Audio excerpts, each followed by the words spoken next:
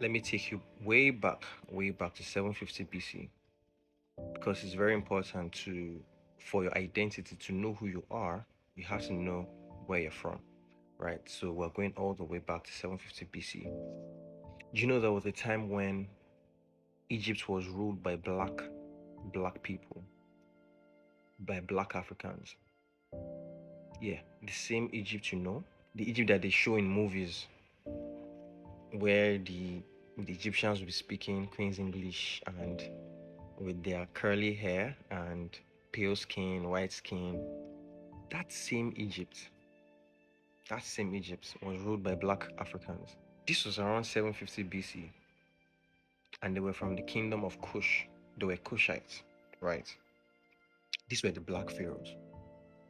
So the kingdom of Kush sat where Sudan is today, right? So you can imagine, very close to Egypt, where North Sudan is right now. They had gold mines, they had black soil, they had pyramids. Everybody knows Egypt today for their pyramids.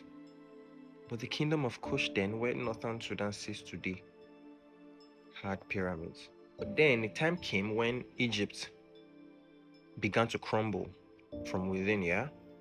And the king of Kush then, P-I-Y-E, Pi, the king of Kush then saw that, whoa, this is not the Egypt I used to know, right?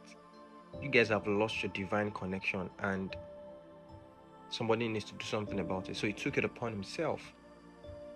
So he conquered Egypt and then decided that under his rule, he would bring Egypt back to who they used to be. So from Pi then to Shabakar, I don't know if I'm getting the pronunciation right.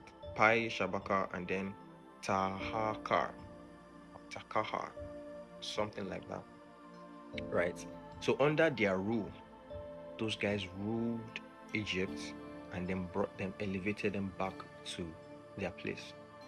So they united the entire Nile Valley under one rule.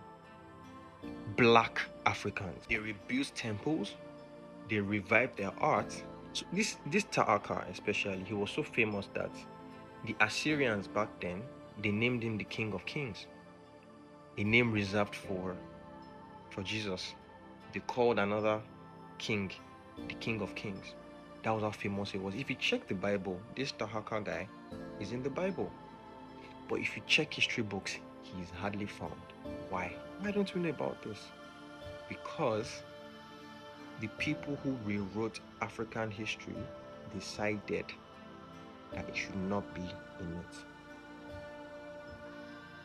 During the colonial era. That's why, I tweeted you recently that even a lot of the African history that we read, they were not written by Africans. This is part of what I'm saying, right? So they rewrote the African history and they removed this guy. They could not imagine. It's an indictment on them that the people that they once admired are now their slaves. So they rewrote some of these guys out of history. What does that do to a people? Because that is literally an erosion of your identity. Who you used to be. Someone decided that we cannot let you know that because of their own insecurities. That's what they did when they were writing history. But the truth is, Africa did not just inspire civilization. Africa was civilization. Before slavery, before colonization, before the world decided to doubt our intelligence, Africa was civilization. The black kings once dominated.